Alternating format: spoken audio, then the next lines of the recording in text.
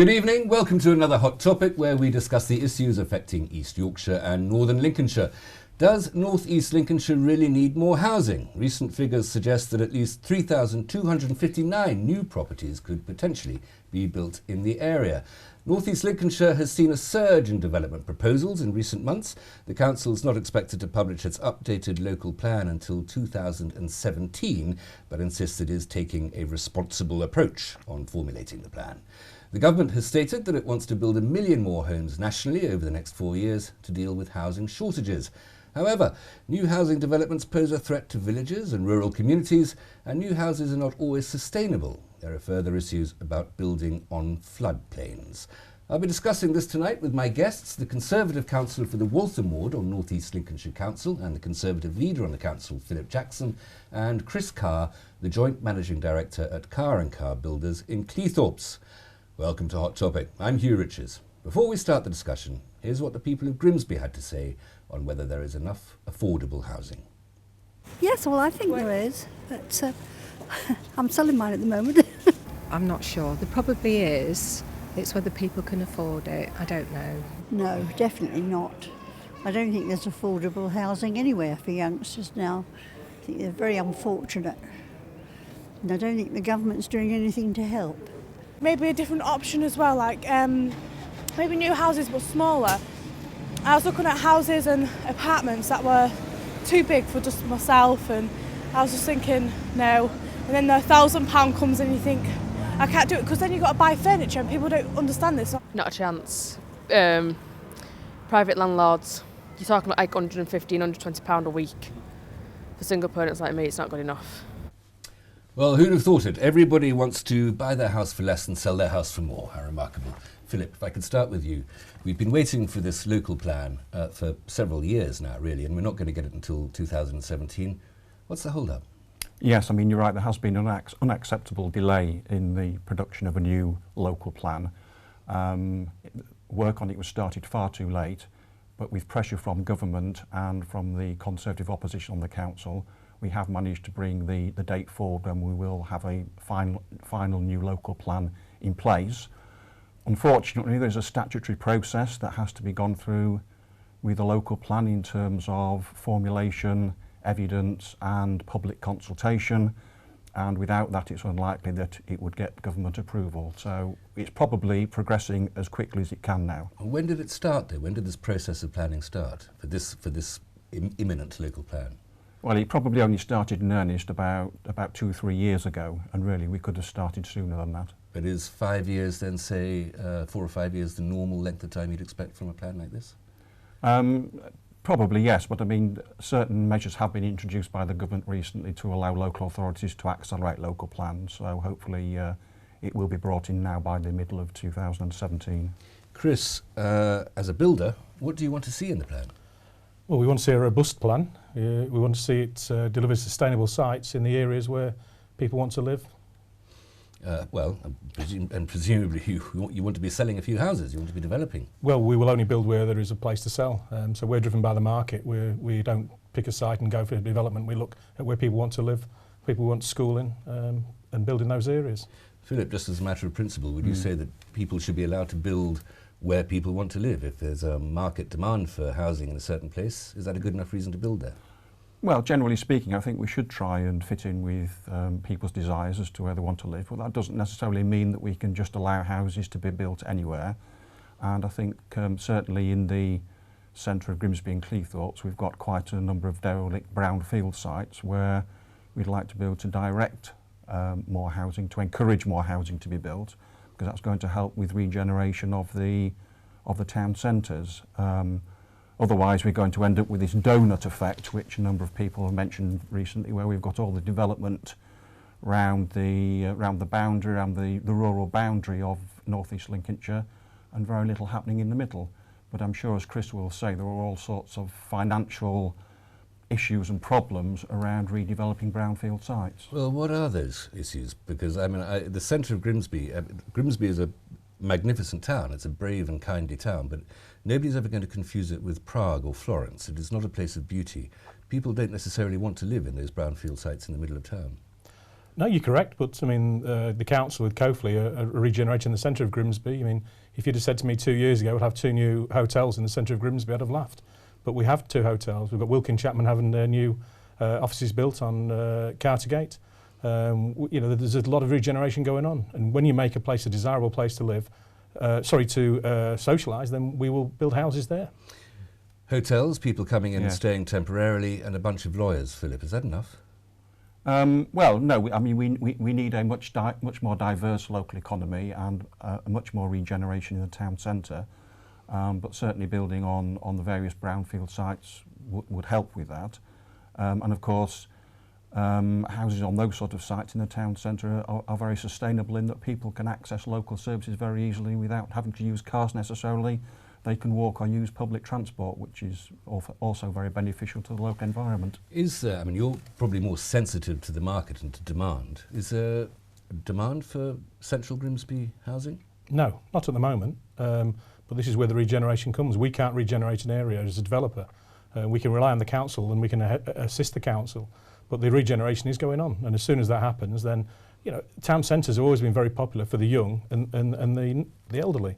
It's one that, you know, there's always been a desire for the McCarthy Stone type developments in the centre of Grimsby and the centre of other towns.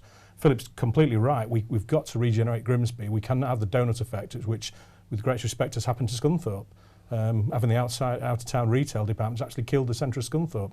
We're lucky in the moment we haven't had that problem yet, but if we don't do something very soon, we will have that problem. Well, the Conservative government has recently given the council £125,000 towards what are called housing zones, specifically targeted at regenerating 3 brownfield sites, 2 in Grimsby, 1 in Cleethorpes, and that allows the council to introduce what are called local development orders, which very much simplifies the planning process on those sites and reduces the risk for developers. And the evidence so far seems to be that that's encouraging more interest in those sites. So we're hoping that will bring about greater interest in redevelopment on them. But how do you spend this money? You get money from central government, there's local money as well. We talk about redevelopment blithely. What literally does that mean? I mean, does that mean laying on better plumbing, better electricity supplies, cleaning up the fronts of houses, doing up front gardens? I mean, what is redevelopment? The buildings are already there. Some of them are a bit scruffy, but is it just a matter of redecorating? The monies that Philip's talking about is the LDO funds is actually to encourage planning for these sites. Nothing to do with actually developing them out. It's purely to get the planning through, to get the infrastructure sorted out. It's nothing to do with actually physically building the houses. We still have 1,000 empty void homes in North East Lincolnshire. And even as a developer of new houses, I understand that we need to do something to bring those properties back to life again. This is the areas, if we don't do something soon, will become the sink areas which the government are talking about now redeveloping. We need to make sure we can start doing, as well as new homes in the centre of Grimsby, to actually take on the empty voids and do something with those. I mean, Chris is absolutely right on that, because you know, we have got a couple of thousand empty properties in Grimsby and Cleethorpes now, with all the problems that they can bring. Some of them are only empty for relatively short periods of time, but some of them have been empty for a long time. And it's been a frequent subject of discussion at council meetings on the regeneration scrutiny panel, and nobody really seems to have an answer for that at the moment. And part of the problem is, of course, the relatively low property prices in the centre of Grimsby, which makes redevelopment of those properties, improvement of those properties, less financially viable. But in some ways that's a two-edged sword, isn't it? The relatively low property prices, because that means that the houses, just by market economics, are more desirable, especially, for instance, for first-time buyers, first-time family buyers. And Chris, I know you said the young and old tend to gather in the centre, and it's the families that might go and take part in that donut effect that you were talking about. And the fact that they're there for the social life is an extremely cheerful fact, if that's what why they're gathering there. But that low property price means that that's a more attractive place to move into, does it not? It depends, because we are a low-cost area. We have been all over North East Lincolnshire, even in the villages of Waltham and New Waltham and Humberston. These are still fairly low-cost areas. So where you would expect to spend £150,000 to £200,000, that would get you nothing in one of the big cities. That will get you a detached house in one of those villages. So the centre of town, yes, has got very, very low-cost housing, but it's still a starter. But we say we need the monies, and possibly from the Section 106 contributions which we make as developers, we have to put into social housing. 20% of new homes have to be social housing. Do we just not put that money into regenerating some of these some of the areas that need a lot more regeneration work? Within the centre of the town, rather Within than the edges centre, of the town. yes. Just for the record, I think about the average price of a house in Grimsby, and of course an average is not necessarily very informative, is about £145,000. But for one of the bigger houses down, say towards Humberston, North Thoresby, you can be paying £1 million for a house down there. Yes. Down the coast there. Going to have to stop you there, gentlemen. Let's go for a break. Please join us again afterwards. We'll continue talking about housing.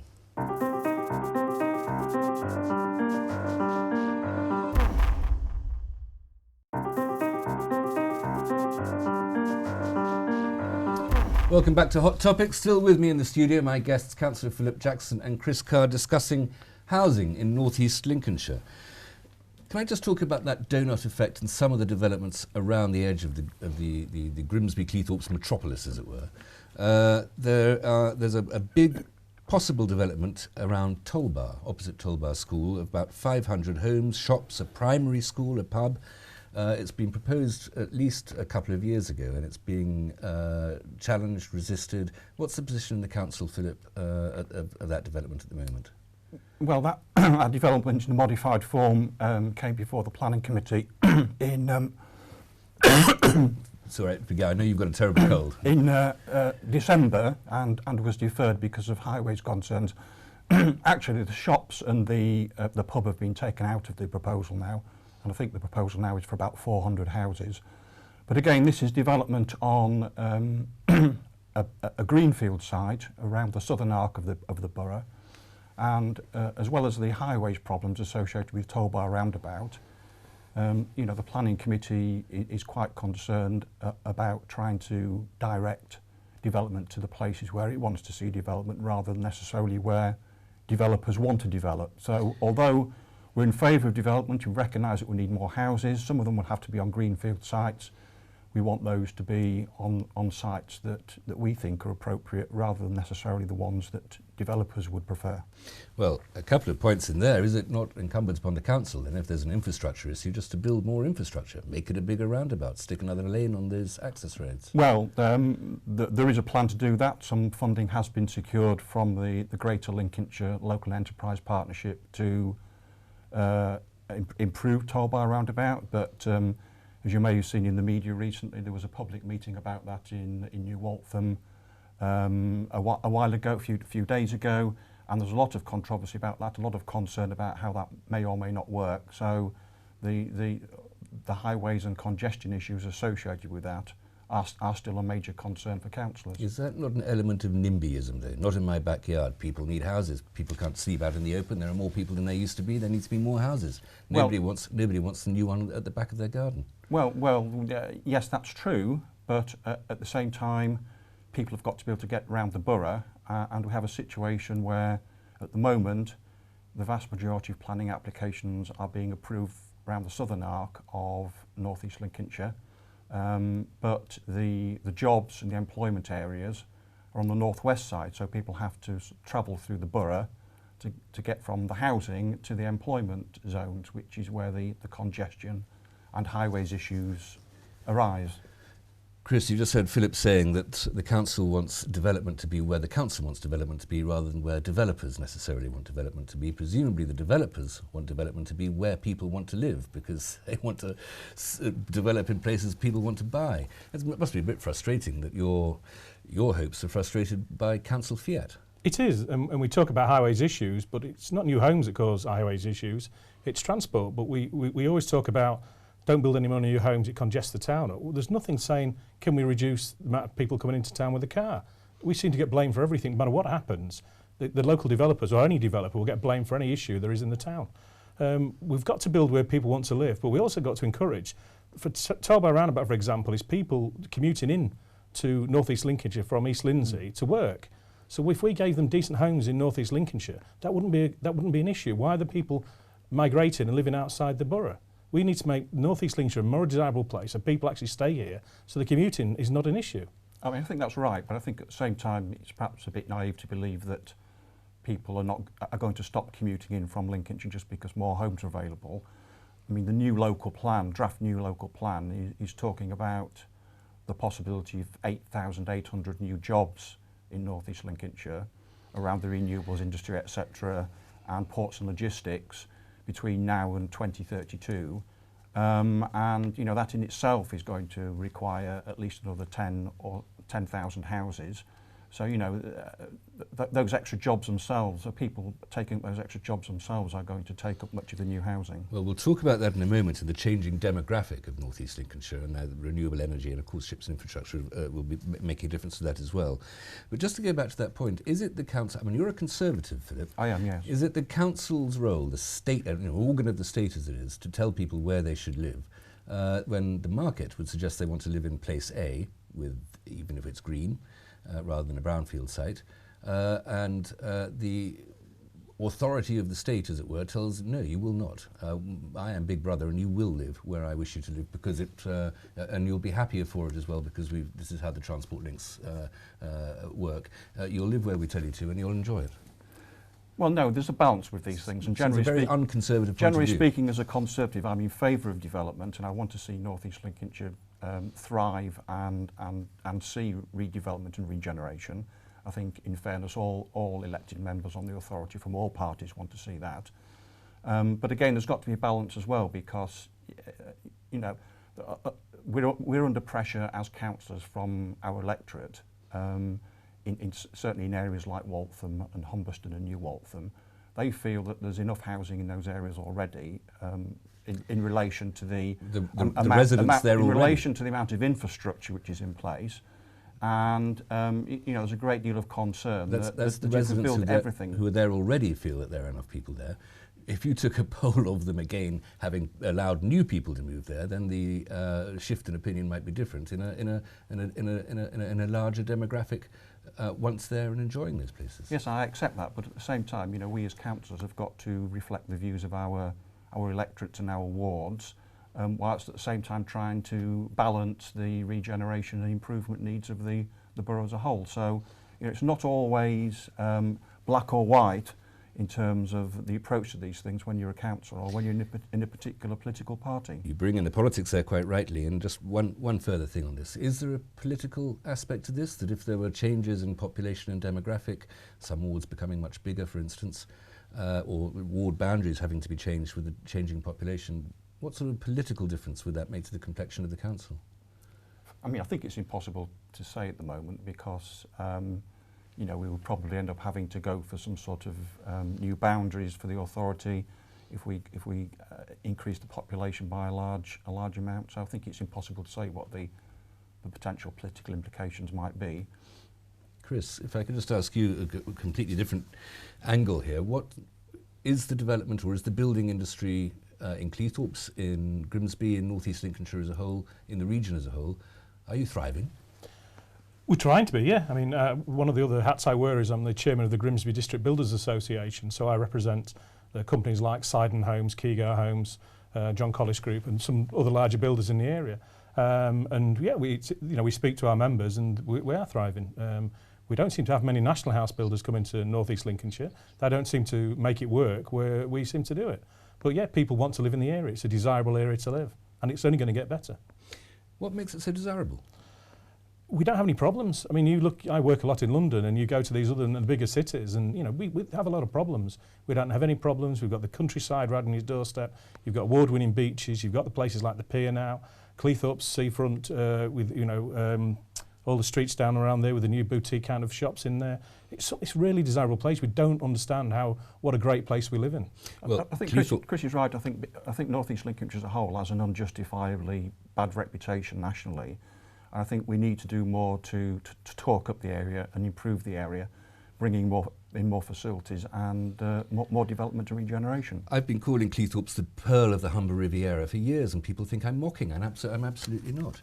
Chris, what is the greatest frustration presented to you by the law, by government, by the process in completing your endeavours?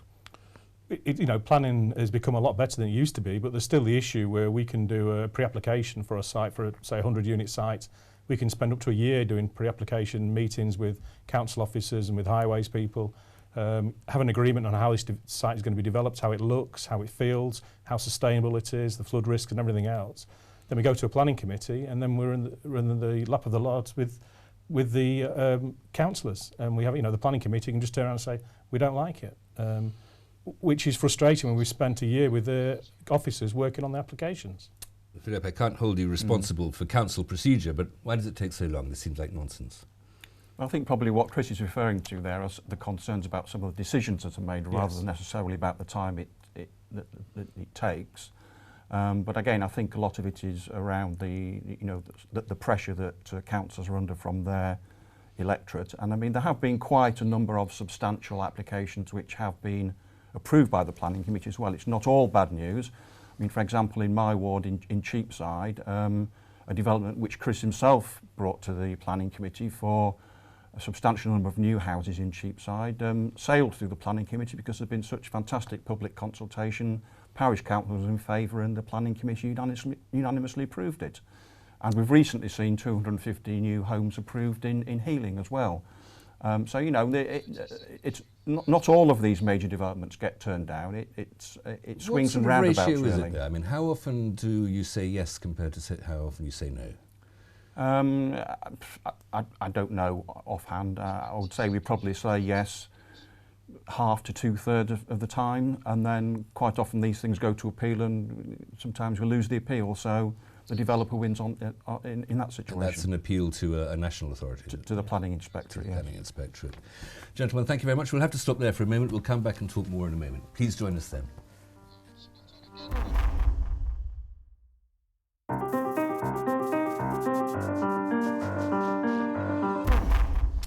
Welcome back to Hot Topic. I'm still with Chris Carr, Joint Managing Director of Carr & Carr Builders in Cleethorpes, and Philip Jackson, Conservative leader on North East Lincolnshire Council and councillor for the Waltham ward. We're talking about housing.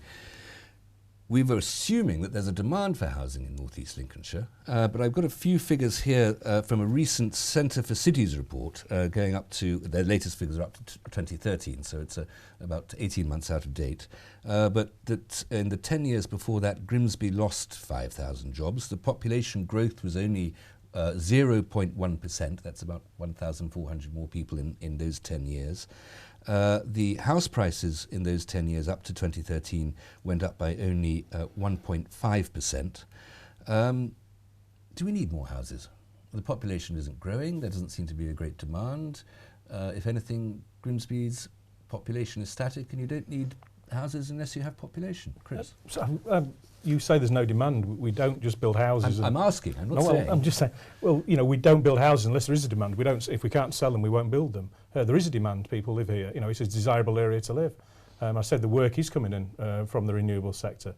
What we need to do is to get transition. We need to get more younger people onto the housing ladder to generate so they can move into the smaller houses to make people move up. And likewise, the other way around with people who retire, moving from the big 4-bedroom detached houses in the Walthams, Humberstones back into kind of the bungalows or the apartments. And so we need a huge transfer of houses. And we need new ones to support that as well. I mean, there's a demographics issue around smaller families, which even if the population was to remain stable, there's a demand for increased numbers of houses because families are generally becoming smaller. But I think so there's an increased number of smaller houses then. If you have fewer children, well, you need fewer you can have a bedrooms. debate about whether the houses are necessarily smaller, but that would perhaps tend to suggest that. But I think certainly during the recession there was a loss of demand for housing, and I think certainly as far as councils are concerned, we get very frustrated when planning applications are approved for developments and then no work starts on those developments, or they're built out very slowly. And a classic case is the Scartho Top development in Grimsby, which received outline planning permission almost 30 years ago for about 2,100 properties, but only about half of those have been built in 30 years, and it's expected to be at least another 10 or 11 years before the rest of the site is built out. So I mean that's quite frustrating for. Why aren't you building more at Scartho Top? Well, there's many reasons. One, there is limited market. People want to live up on Scartho Top, but there's an unrealistic approach to development. A 2,000 unit site will deliver you 40 new houses a year. If you build 2 developers on there, so you put a Barratt's and a Persimmons, 2 national house builders on there, you'll get 60. You don't get 80. And people do not get the hang of this. And we're working with the government on some other work I do, and to actually come around and say we need small more smaller sites to deliver, because that will give you the bigger numbers, not the big sites. And the Scatho Top was never deliverable on the sites, on the numbers they said. We went to buy it, purchase it with a land company that we were dealing with. And we went up there, met the council and the owners, and we said we could only build probably 80 to 90 a year. They said they wouldn't sell it on that grounds, that we couldn't do it. And over the 10-year, 15-year period, it's worked out almost within 10 units of what we said it would deliver. We knew from day one it would deliver only that amount. The national house builders came in and said, oh, no, we can deliver far more. We can't, not in this area. 40 units per development site a year, and that's maximum. Usually they're only 20 to 15. Understandable. But over the last couple of years, for example, there's been well over 2,000 properties approved in Humberston and New Waltham, and hardly a brick has been laid yet on those. You know, so there is an issue about how quickly these sites get developed, and if we're not careful, the whole of the southern arc of North East Lincolnshire will just be one huge building site if we don't make progress with some of these developments. But your problem there, Philip, is again, you give them planning permission to people who are not developers, which you have to do. It's part of the process. But if a developer buys the land, he tends to deliver it. The people with the big sites we're talking about were not housing developers that bought the land. There were speculative farmers who put the land through. We can't be held responsible for that. Unless they put them on the market at a reasonable price and so we can deliver a unit on there, we're not going to buy. So what there should be is a deliverability clause almost, that if you can't deliver it and prove deliverability, then you shouldn't allow planning. No, I accept that, and it isn't always a developer's fault. As Chris quite rightly says, there has been a lot of speculative planning applications put in. But because of the planning process, we have to accept those. Why does the council give planning permission on a speculative basis then? I mean, well, because you know, the planning rules and regulations are quite restrictive. And are not the planning rules and regulations made by the council? Well, no, most of them actually are made by central government. They're parliamentary. Yes. Okay. So, I mean, we do have a very strict national set of planning legislation and guidelines that we have to adhere to, and you know, part of that is this difficulty in controlling the development of individual sites. But the other thing as well, Hugh, on that, I can come on it. When you get planning approval at the planning committee, people assume you can start building the next day, and it's averaging between a year and 18 months to get all your conditions lifted, to get your Section 106 signed off by the council. You're being a bit technical there. What's a Section 106? Section 106 is the contributions we give. We gave an amount for schooling, we give an amount for highways, our social housing, to open spaces, to playgrounds. You can list the whole thing that a developer has to give as a contribution to the community. This is all legal documents we have to sign, agree. You know, for example, open space, we have to agree a 10-year maintenance contract on it, so we have to sign up a contract to maintain it. All this has to be done after planning's approved. And the conditions, you can have 20, 30 conditions on an application. You have to come up with the full highways drawings, full drainage drawings, ecological, archaeological, all these different agreements. And you have to have all them lifted before you can start on site. So when we get an approval at a planning committee, it would be a year to 18 months before we can build. It sounds like an absolute bureaucratic nightmare. It's horrendous. Why is this, Philip? I mean, again, I'm holding you responsible for 100 years of government tradition here and bureaucracy, but I don't think Christopher Wren or Donatello ever had to face conditions like this before they could get their buildings built. No, there's no doubt that life in general has become more complex and bureaucratic in recent years, and the planning process reflects that. And again, there are a lot of national rules and regulations which local authorities have to meet. But I think, you know, where we can, local planning authorities ought to try to make the process as simple as possible. But it's not always that easy to do that, unfortunately. But still, you're requiring, from what Chris has just been saying, that when a developer builds a development, they must make a contribution to schools, to infrastructure, to whatever other services are required there. Why? Because surely the people who move in there will then come in and pay their taxes, pay their rates, pay their community tax, their council tax, and that's how councils are supposed to raise the money to provide money for schools and for all those other services. Why would you get the developer to pay for that when we pay for our schools by being taxed and then sending our children off to go and enjoy them? Well, probably in reality we couldn't raise sufficient cash through council tax to be able to do all those sort of things. So we do have to ask developers to make a contribution towards those sort of things, but it is a relatively small contribution compared to the overall cost of them, probably around 10% of the overall cost. The rest of it, as you rightly say, does come from council tax, it comes from the council's capital programme, comes from government grants. So, it's a relatively small contribution that developers are making. You say you ask us for it. Can we say no? Well, that's part of the negotiation process, isn't it? And We have to give it. And talking about the sustainability and feasibility of a particular site, and the council is supposed to be flexible in terms of the way if you can demonstrate that a site wouldn't be feasible with these additional costs associated with it, you know, those can be waived, and there have been cases where that's happened. Yes, a tax is never really something that's politely asked for, is it? No, and we get taxed. I mean, you don't get McDonald's paying a health tax, or you don't get car industry paying another tax for, you know, we seem to get taxed on everything. We seem to be an industry, it's the cash cow. The government are cutting down on delivering to local authorities the funding, which I do feel, you know, for the local authorities. The developer becomes the next one there. You want housing, and remember, housing is a necessity. A car's not a necessity. All these other things are not necessity. Housing, decent homes for everybody is a necessity.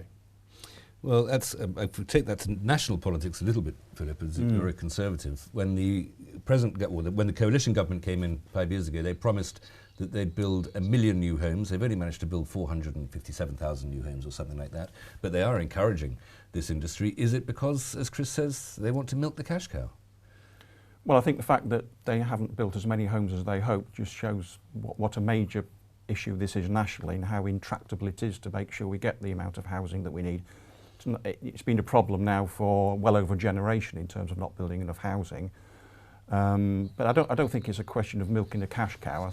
I think it's a question of, you know, wanting to try to get the housing we need, but not quite knowing exactly how we need to go about doing it. Not quite. I'm sure there's somebody at Conservative Central Office or in Whitehall who's trying to work out that plan and who does know how to do it. Well, I mean, again, I know I'm holding you personally accountable for parties of all political persuasions have been struggling to build enough housing over the last 25 years or so, and you know, the recent Conservative government's performance has been better than the previous Labour government's, but it is a difficult problem to resolve. Okay, those figures I gave for the house prices rising a moment ago, of course, over 10 years included over the massive slump of 2007, which slightly distorts it. And I think those house prices in North East Lincolnshire are now just about recovering to the place that they were in 2007. And that's what I want to talk about in the final part of the programme. Please join us again, and we'll talk about that.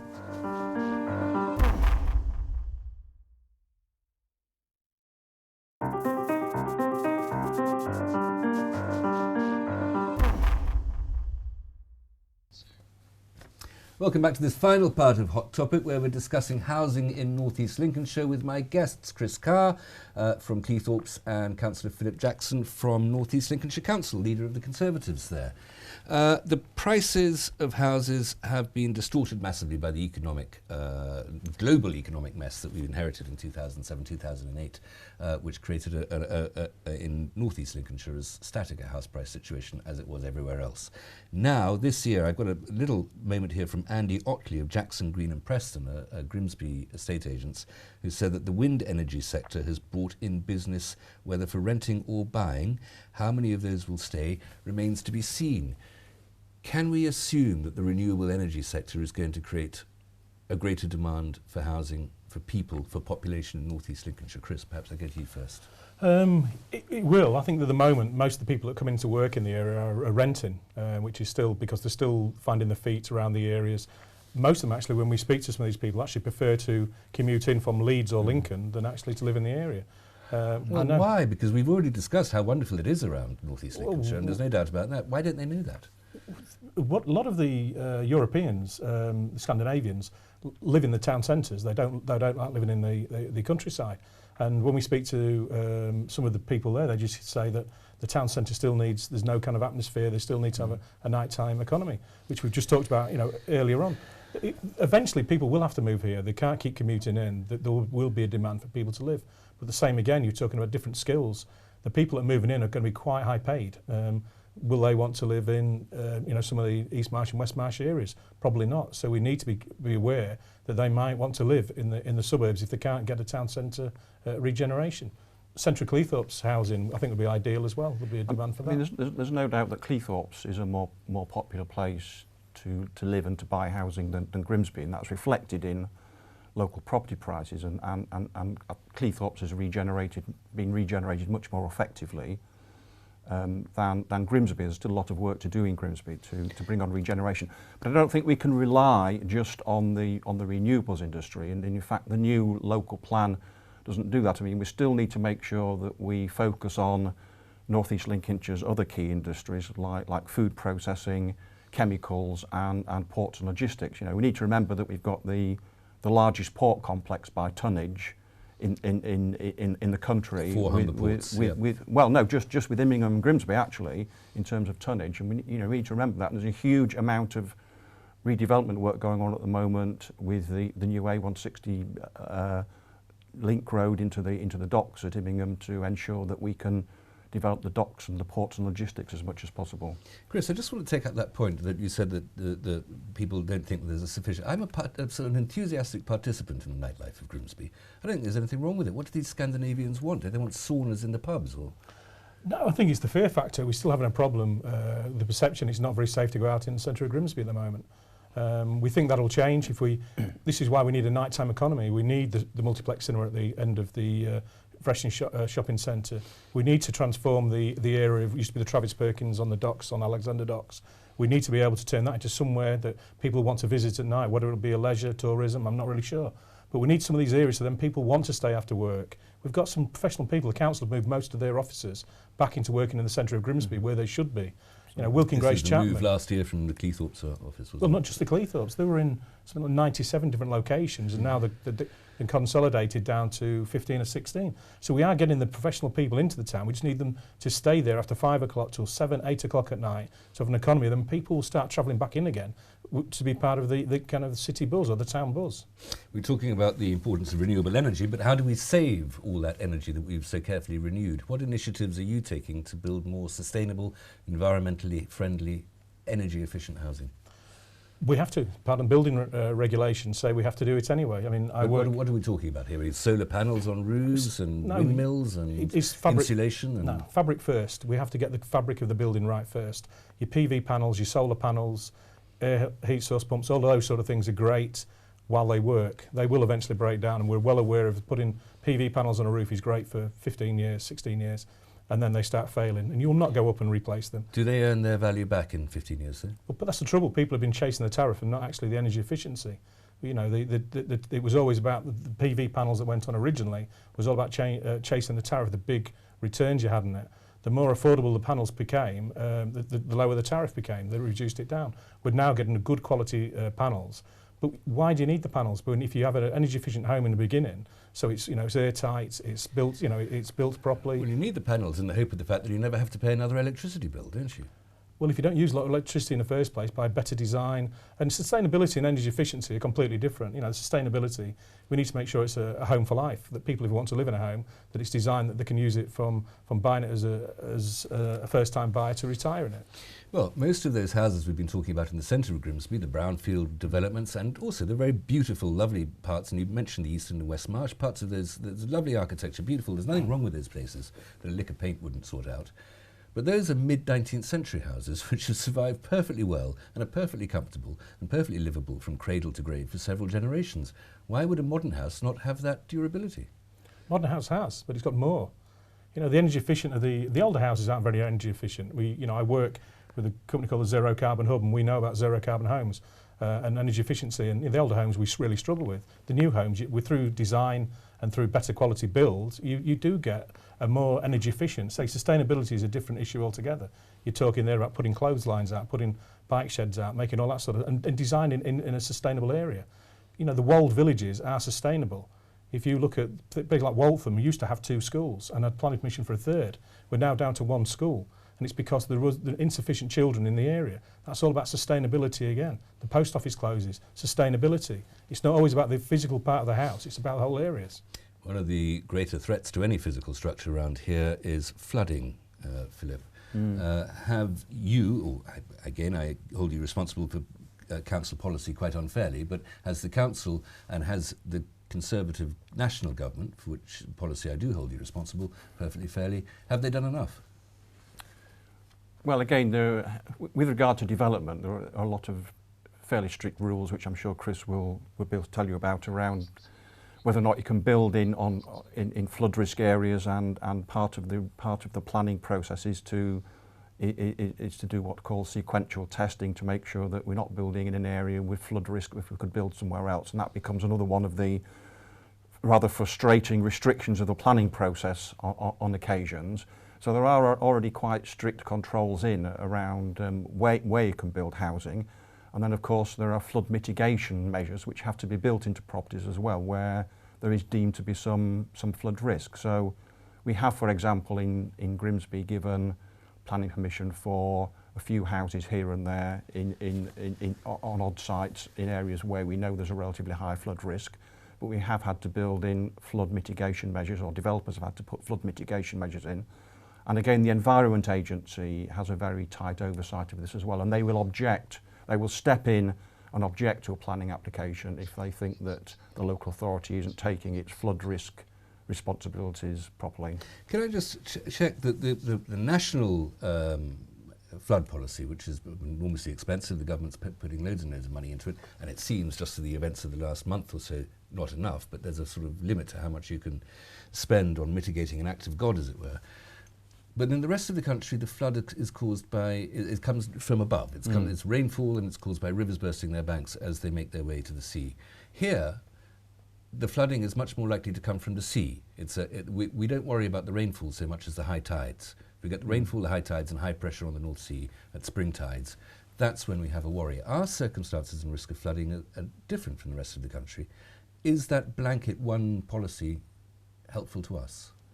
Well, I mean, you're absolutely right. That is, again, one of the problems with trying to build on sites in the old part of Grimsby and Cleethorpes. When you get out to the suburbs, of course, there isn't that potential coastal flooding risk, tidal flooding risk, which you talked about. But the flood defences have recently been improved along the Humber Bank in Grimsby, around the docks and in Immingham. So there is quite a substantial programme of flood defence investment in North East Lincolnshire. And of course, not only is it important to protect housing where people live, but it's also important to protect all the businesses and industry that we have along the Humber Bank. So they've got a real interest in making sure that's happening. Chris, why not follow the example of the villagers of Borneo and just build our houses on stilts, like kampons? Is that not a design feature you could think of? Or like the Dutch, build their houses floating on polders? Well, my daughter lives in Holland, so I know the way they build. But no, what we need to do is we can design houses to emit the flooding. It's not a problem now. Okay, all right. Gentlemen, both of you, thank you very much. I'm not sure we've covered everything that any of us wanted to, but I think we've covered enough. Thank you so much for coming in. Thank you. That's it for a Hot Topic for this week. I hope you'll join me again next week for another Hot Topic. Join in the discussion, not the chat, the reasoned discussion on Twitter using the hashtag Hot Topic, one word, double T. Email your views on Hot Topic to news@estuary.tv. And until next week, goodbye.